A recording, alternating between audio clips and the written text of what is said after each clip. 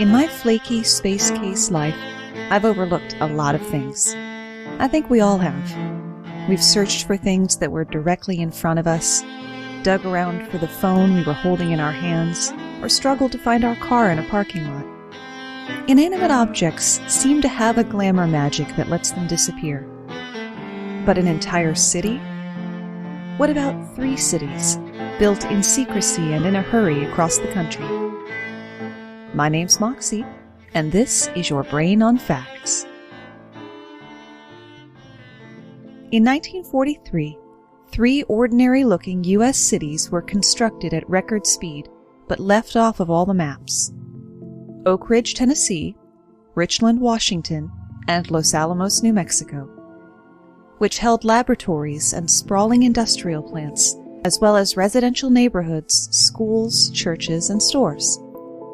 The K-25 plant at Oak Ridge was the largest building in the world at the time, spanning more than 40 acres. The 3 cities had a combined population of more than 125,000 people and one extraordinary purpose: to create nuclear weapons as part of the Manhattan Project. Their design was driven by unique considerations, such as including buffer zones for radiation leaks or explosions. In each case, the towns had topographical features that were considered to be favorable. They were all somewhat remote. In the case of Richland and Los Alamos, very remote, which offered a more secure environment. In the event of a disaster, this isolation would minimize the potential exposure for people outside of the project. The sites were also selected so that in the unlikely event a German or Japanese bomber somehow made it into American airspace, they would be unable to hit more than one target in a single bombing run. Before you begin any building project, you have to clear the site of things like trees, high spots in the soil, people. In 1942, the government approached the families that lived near the Clinch River in Tennessee, some of whom had farmed there for generations, and effectively kicked them out, telling them the land was needed for a demolition range, so as to scare off any holdouts with the threat of adjacent explosions. The town of Oak Ridge scaled up fast. It was initially conceived as a town for 13,000 people, but grew to 75,000 by the end of the war, the biggest of the secret cities. The laboratories took up most of the space, but rather than constructing basic dormitories for the employees, the architects and designers settled on a suburban vision. To pull this off quickly and secretly, the architects relied on prefabricated housing. In some cases, a house might come in 2 halves on the back of a truck to be assembled on site. These were called alphabet houses. Designation A houses were the most modest, read tiny, while D-grade houses included things like dining rooms and bathtubs. Housing was assigned based on seniority, though allowances were sometimes made for large families. And race. This was the early 40s, after all. The secret suburbs for factories manufacturing megadeth were segregated by design. The houses for the African American employees were called hutments, little more than plywood frames without indoor plumbing, insulation, or even glass windows. Though interestingly, 2 of the first public schools in the South to be desegregated were in Oak Ridge. They had even threatened to secede from Tennessee in order to desegregate, so there's that, I guess. There were white families in the hutments as well, and all of the residents of that lower-class neighborhood were under greater surveillance and stricter rules than the families living in the better housing. Married couples were sometimes forbidden to live together. By the end of the war, most of the white families had been moved out of the hutments, but many of the African American families continued to live in these basic dwellings until the early 1950s. These towns didn't appear on any official maps. Visitors were screened by guards posted at the entrances. Anyone over the age of 12 had to carry official ID at all times. Firearms, cameras, and even binoculars were prohibited. Billboards were installed all over town to remind workers to keep their mouths closed, even though most workers knew very little about the project's true scope. For example, your job may be to watch a gauge for 8 hours and flip a switch if the needle goes too high. You don't know what the gauge is measuring or what the machine is doing. All you've been told is to flip the switch when the needle hits a certain number. In Los Alamos and Richland, the entire neighborhood may have had the same mailing address. At Oak Ridge, street addresses were designed to be confusing to outsiders. Bus routes might be called X10 or K25, while dorms had simple names like M1. There were no signs on the buildings. The towns employed many forms of cipher, and even employees didn't know how to decode them all. The use of words such as atomic or uranium was taboo, lest it tip off the enemy. When the U.S. dropped the atom bomb on Hiroshima, Japan in 1945, the city's secret was out. Many residents celebrated this turning point in the war, but not all. Mary Lowe Michael, a typist at Oak Ridge, was quoted in an exhibit on display now at the National Building Museum in D.C. The night the news broke that the bombs had been dropped, there was joyous occasions in the streets, hugging and kissing and dancing and singing that went on for hours and hours. But it bothered me to know that I, in my very small way, had participated in such a thing, and I sat in my dorm room and cried. All three cities remained part of the military-industrial complex, continuing to work on nuclear weapons during the Cold War, as well as broader scientific research. Today, Oak Ridge is heavily involved in renewable energy, minus the barbed wire fences. For most of the 20th century, if the U.S. was doing something, so was the USSR. We had closed cities to build nuclear weapons, and so did the Soviet Union. We had 3, they had lots. Like a lot. Like multiple screens on the Wikipedia list. Where the U.S. began to open its closed cities after the war, the USSR was building more and more of them, and not just for nuclear weapons. These closed cities were nicknamed post boxes, because they would be named for the nearest non-secret city and the end of their postcode, or simply boxes for their closed nature. During the 2 decades following World War II, dozens of closed cities were built around the country. Some were nakogorari, science cities, or akademgorodoki, academic cities, while others developed military technology and later spacecraft. The official name was Closed Administrative Territorial Formations, or, and I apologize to anyone within earshot who speaks Russian, but here we go, Zakryt Administrativno-Territorialny Obrazovania, or ZATO, Zatos. The cities were largely built with slave labor from the Gulag prison camps, which at the time accounted for 23% of the non-agricultural labor force in the Soviet Union. They were guarded like gulags too, surrounded by barbed wire and guards, with no one allowed to enter or leave without official authorization. Many residents did not leave the city once between their arrival and their death. That being said, the captive residents enjoyed access to housing, food, and health care superior to that available to the average Soviet citizen. While most towns in the Soviet Union were run by local Communist Party committees, military officials oversaw the secret cities that would eventually be home to over 100,000 people.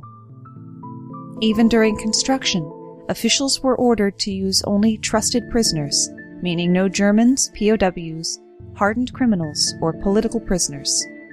Even living alongside Gulag prisoners, residents believed that they were making a valuable contribution to their country. Nikolai Rabatnov, a resident of Chebelitsk 65, remembered, "I was sure that within our barbed labyrinth I inhaled the air of freedom." Arzamas-16, known today by its original name Zarov, was one of the most important sites in the early development of the first Soviet atomic bomb, and roughly the Soviet equivalent of Los Alamos. Scientists, workers, and their families enjoyed privileged living conditions and were sheltered from difficulties like military service and the broad economic crises. Leading researchers were paid a large salary for those times. Chelyabinsk-65, or Orzesk, was home to a plutonium production plant similar to the American facility at Richland. Located near a collective farm in the southern Ural Mountains, Chelyabinsk-65 was more or less built from nothing, where Arzamas-16 was an existing town that had been taken over. After the basics of the city were completed, early years were very difficult for the residents. The cities lacked basic infrastructure and suffered from high rates of alcoholism and poor living conditions. The Mayak plutonium plant dumped nuclear waste in the nearby Techa River, causing a health crisis not only for the residents of Chelyabinsk-65, but for all of the villages nearby. Conditions at Chelyabinsk-65/Ozersk would not improve until after the death of Joseph Stalin in 1953. You may remember we talked about the death of Stalin in our episode For Want of a Nail. Owing to the plutonium plant, Chelyabinsk-65 is still one of the most polluted places in the world. Some refer to it as the graveyard of the earth. Somehow, though, it's considered a prestigious place to live. When the government polled residents after the Cold War over whether to open the city to the public, they voted to keep it closed. In fact, half of the nuclear scientists said they would refuse to stay if it was opened. As one resident later explained, "We take pride in the fact that the state trusts us enough to live and work in Ozersk." In 1991, the Soviet Union officially disbanded, and its 15 republics became independent, 4 of which had nuclear weapons deployed on their territory.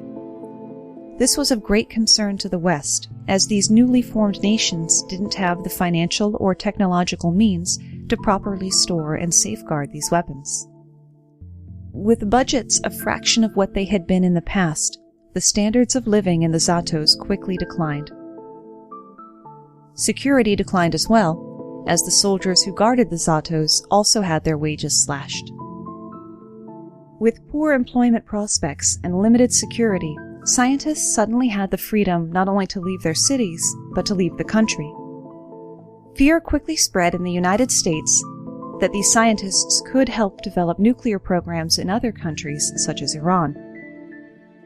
In 1991, the Nunn-Lugar Act financed the transportation and dismantlement of the scattered nukes to not only reduce the number of nuclear weapons in the world, but to provide the scientists with proper employment. One result of this effort was the International Science and Technology Center in Moscow, which employed many former atomic scientists on non-weapons program and still exists today. If you need to hide a city from your enemies, you'd do well to move it underground. Built in the late 1950s in Wiltshire, England, the massive complex, codenamed Burlington, was designed to safely house up to 4,000 central government personnel in the event of a nuclear strike. In a former Bath stone quarry, the city was to be the site of the Emergency Government War Headquarters, the country's alternative seat of power if the worst happened. Over 1 kilometer, or about 2/3 of a mile in length, and boasting over 60 miles, or 97 kilometers of roads, the underground site was designed not only to accommodate the Prime Minister, the Cabinet Office, civil servants, but also an army of domestic support staff. Blast-proof and completely self-sufficient, the secret underground site could accommodate up to 4,000 people in complete isolation from the outside world for up to 3 months. Though it was fortunately never used, the grid of roads and avenues ran beneath underground hospitals, canteens, kitchens, warehouses, dormitories, and offices.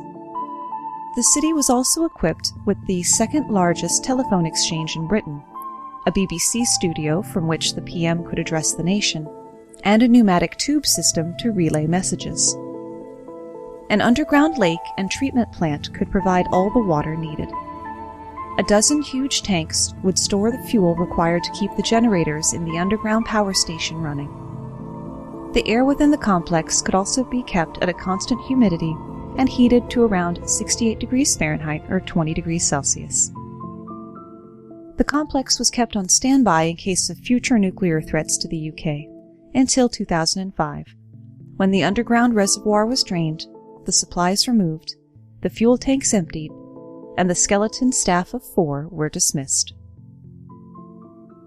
While we all take a moment to be grateful that Burlington was never needed, I'm also going to take a second to be grateful to a recent review left through the iTunes/Apple podcast. 5 stars, fun show, from Senis216. Moxie is a great host with an excellent voice for broadcasting, and the show itself is well-researched and enlightening. I highly recommend it. Thanks, Senis216. I'm striving to put forth good information in a way that's enjoyable to listen to. If you've got a few seconds and feel like doing a good deed, it really helps the show if you can leave a review through an Apple product, and it helps other people to find the podcast. Some cities were not secret in their heyday, but have been lost to time until recently.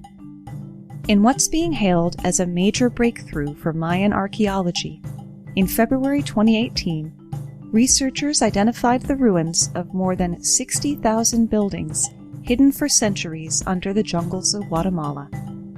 Using LiDAR, light detection and ranging, scholars digitally removed the tree canopies from aerial images of the area, revealing the ruins of a sprawling pre-Columbian civilization that was far more complex and interconnected than most Maya specialists had supposed. Mounted on a helicopter, the laser continually aims pulses toward the ground below, so many that a large number streak through the spaces between the leaves and branches and are reflected back to the aircraft and registered by a GPS unit. By calculating the precise distances between the airborne laser and the points on the Earth's surface, computer software can generate a 3-dimensional digital image of what lies below. And to put the density of this jungle into perspective, archaeologists have been searching that area on foot for years, but had been unable to find a single man-made feature. LiDAR is revolutionizing archaeology the way the Hubble Space Telescope revolutionized astronomy, said Francisco Estrada Belli, a Tulane University archaeologist and National Geographic explorer. We'll need 100 years to go through all the data and really understand what we're seeing. The project mapped more than 800 square miles, or 2,100 square kilometers, of the Maya Biosphere Reserve in the Petén region of northern Guatemala, producing the largest LiDAR dataset ever obtained for archaeological research. The old school of thought held that Mayan civilization existed only as scattered city-states, but these findings suggest that Central America supported an advanced civilization that was, with as many as 14 million people at its peak around 1,200 years ago, comparable in sophistication to cultures like ancient Greece and China. The LiDAR even revealed raised highways connecting the urban centers and complex irrigation and agricultural terracing systems, all of which were made without the use of the wheel or beasts of burden. Despite standing for millennia, these sites are in danger from looting and environmental degradation. Guatemala is losing more than 10% of its forests annually, and habitat loss is accelerated along the border with Mexico as trespassers burn and clear land for agriculture and human settlement.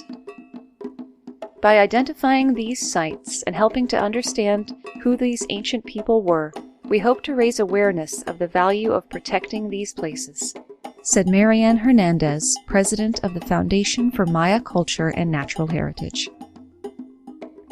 LiDAR has also helped scientists to redraw a settlement located on the outskirts of Johannesburg, South Africa. And it tells the beginnings of a fascinating story. Scientists from the University of Witwatersrand believe the newly discovered city was occupied in the 15th century by Swana-speaking people who lived in the northern parts of South Africa. Many similar Swana city-states fell during regional wars and forced migration in the 1820s, and there was little oral or physical evidence to prove their existence. Though archaeologists excavated some ancient ruins in the area in the 1960s, they couldn't comprehend the full extent of the settlement. By using LiDAR, the team was able to virtually remove the vegetation and recreate images of the surrounding landscape, allowing them to produce aerial views of the monuments and buildings in a way that couldn't have been imagined a generation ago. Using these new aerial images, they can now estimate that as many as 850 homesteads had once existed in and around the city that they've given the temporary designation of SKBR. It's likely that most homesteads housed several family members, meaning that this was a city with a large population. There are also stone towers outside some homesteads, as high as 8 feet or 2.5 meters, with bases 16 feet or 5 meters wide. Academics believe that these might have been the bases of grain bins or even burial markers for important people. There's also evidence of several refuse dumps that may evince a certain level of wealth and power in the region. The team estimates they are still another decade or two away from fully understanding the life of the city's inhabitants and how the city came to be and ceased to be. Modern technology has also helped unearth an ancient city in Cambodia. Constructed around 1150, the palaces and temples of Angkor Wat were, and still are, the biggest religious complex on Earth, covering an area 4 times larger than Vatican City. In the 15th century, the Khmer kings abandoned their city and moved to the coast. They built a new city, Phnom Penh, the modern-day capital of Cambodia. After that, life in Angkor slowly ebbed away. Everything made of wood rotted away. Everything made of stone was reclaimed by the jungle. An international team, led by the University of Sydney's Dr. Damien Evans, was able to map out 230 square miles or 370 square kilometers around Angkor in unprecedented detail in less than 2 weeks. Rampant illegal logging of valuable hardwood trees had stripped away the primary forest, allowing dense new undergrowth to fill in the gaps. It was unclear whether the lasers could locate enough holes in the canopy to penetrate to the forest floor. Shooting LiDAR from a helicopter was also the superior method when you consider the prevalence of landmines left over from Cambodia's civil war. The findings were staggering. The archaeologists found undocumented cityscapes etched onto the forest floor, with remnants of boulevards, reservoirs, ponds, dikes, irrigation canals, agricultural plots, settlement complexes, and orderly rows of temples. They were all clustered around what the archaeologists realized must be a royal palace, a vast structure surrounded by a network of earthen dikes. To suspect that a city is there, somewhere underneath the forest, and then to see the entire structure revealed with such clarity and precision was extraordinary, Evans said. It was amazing. These new discoveries have profoundly transformed our understanding of Angkor, showing it to have been the greatest medieval city on Earth. Most striking of all was evidence of large-scale hydraulic engineering, the defining signature of the Khmer Empire, used to store and distribute seasonal monsoon water with a complex network of canals and reservoirs. Harnessing the monsoon rains provided food security and made the ruling elite fantastically rich in the process. For the next 3 centuries, they channeled their wealth into the greatest concentration of temples on Earth.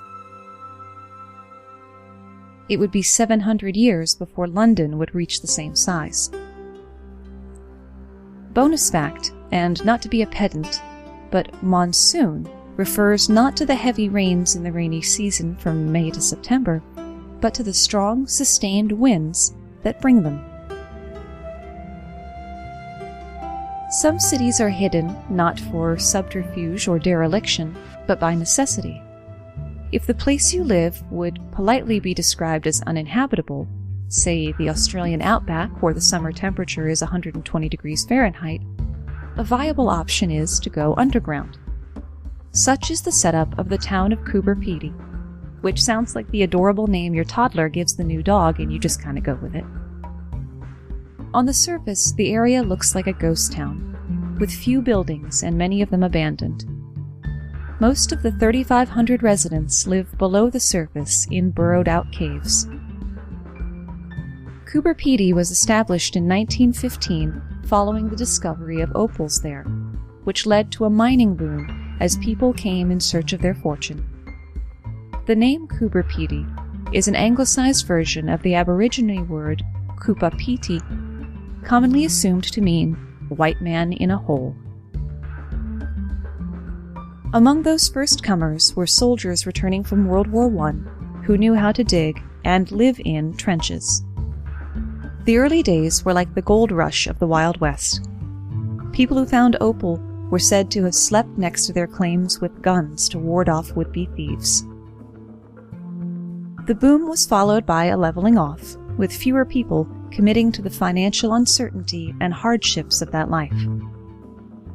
An astounding 80% of the world's opals come from this area. But that wealth is nothing to the sun. It doesn't care. It's going to continue with the Mad Max motif. People fought back against this a century ago with dugouts, caves bored into the sandstone hillsides. As bigger, more powerful machinery arrived, the mining and the homes went deeper. It may be 115 degrees Fahrenheit or 47 degrees Celsius outside, but it's only 74 Fahrenheit or 23 Celsius underground. The underground town has since expanded and become more sophisticated. It has several hotels and B&Bs, a church, a gift shop, a museum, a casino, and of course, a pub. Entrances are usually at ground level, and the rooms extend backwards into the hill. All rooms are ventilated with narrow vertical shafts, with wider shafts used to bring in light. You can see the tops of these shafts poking out of the hills everywhere in and around Coober Pedy. They're the only giveaway to the hundreds of underground homes. The homes are conceptually simple to renovate. Need a bookshelf? Carve one out. Having a baby? Dig out a new nursery. The tunneling machines leave an attractive pattern on the walls, and the sandstone itself has beautiful maroon and rose-colored swirls, so warm and friendly it's absolutely gorgeous. When the building work is finished, the sandstone is sealed with clear sealer, otherwise an underground home gets rather dusty. Underground cities predate modern mining equipment considerably. Several million years ago, volcanic eruptions spewed layer after layer of ash, called tufa, over modern-day Turkey, which cemented over time into a soft, easily carvable, yet relatively stable rock. Inhabitants of ancient Anatolia realized that they could carve their homes right out of the hillsides and underground. The city of Derinkuyu is one of these many rock-cut dwellings. It is also the deepest, at as much as 250 feet, or about 25 stories underground, with a capacity to house up to 20,000 people. This multi-leveled city contained everything a population would need to survive the invasions that seemed to typify its history. The Cappadocian region had been a valuable trade hub since 2500 BCE. Many tribes, and later large governments, aspired to control Anatolia, leading to millennia of invasion and conquest by different groups. Residents continued to use the underground city as a refuge into the 20th century.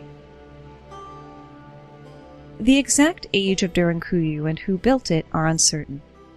The earliest known mention in writing of underground cities in the Cappadocian kingdom comes from a Greek historian soldier named Xenophon in 370 BCE. In his work Anubis, he says, "The houses here were underground, with a mouth like that of a well, but spacious below. And while entrances were tunneled down for the beasts of burden, the human inhabitants descended by a ladder. Within the enormous 18 levels of the city, only 8 of which are currently accessible, researchers found kitchens, bedrooms, bathrooms, food storage, oil and wine presses, weapons storage, temples, schools, tombs, and stables. There were also large spaces that might have been ideal for community meetings. More than 50 ventilation shafts brought in fresh air from above, while thousands of smaller ducts distributed that air throughout the city. Some archaeologists believe that a 12-mile or 8-kilometer-long passageway connected Derinkuyu to another underground city, suggesting some degree of cooperation between the various civilizations of the Cappadocia region. The city of Derinkuyu was designed as a refuge. Their doors were large discs of stone that covered the entrances and passages during raids. Because the doors only opened and closed from the inside, the inhabitants within the complex had complete control. Holes in the middle of the door may have allowed archers to shoot out. Each level connected to the next level by a hallway with a similar stone door. Narrow passages forced people to go through single file, making it easier to defend against incoming soldiers.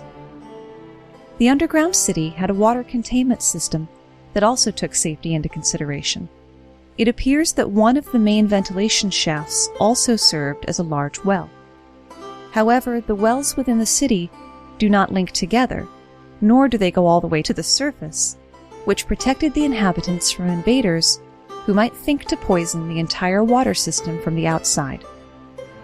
And all of that as much as 3,000 years before the first blueprint was ever printed. And that's where we run out of ideas, at least for today. There's no telling how many more ancient cities have been reclaimed by nature and are waiting to be discovered, or how many secret mid-century cities have yet to be opened to the public. As a personal bonus, writing today's episode reminded me of an obscure cartoon from the early 80s called Mysterious Cities of Gold. If you remember that, give me an enthusiastic wave on our social media, facebook.com/yourbrainonfacts or instagram.com/yourbrainonfacts. Or let me know if there's a secret city you were really hoping to hear me talk about. And thanks for spending part of your day with me.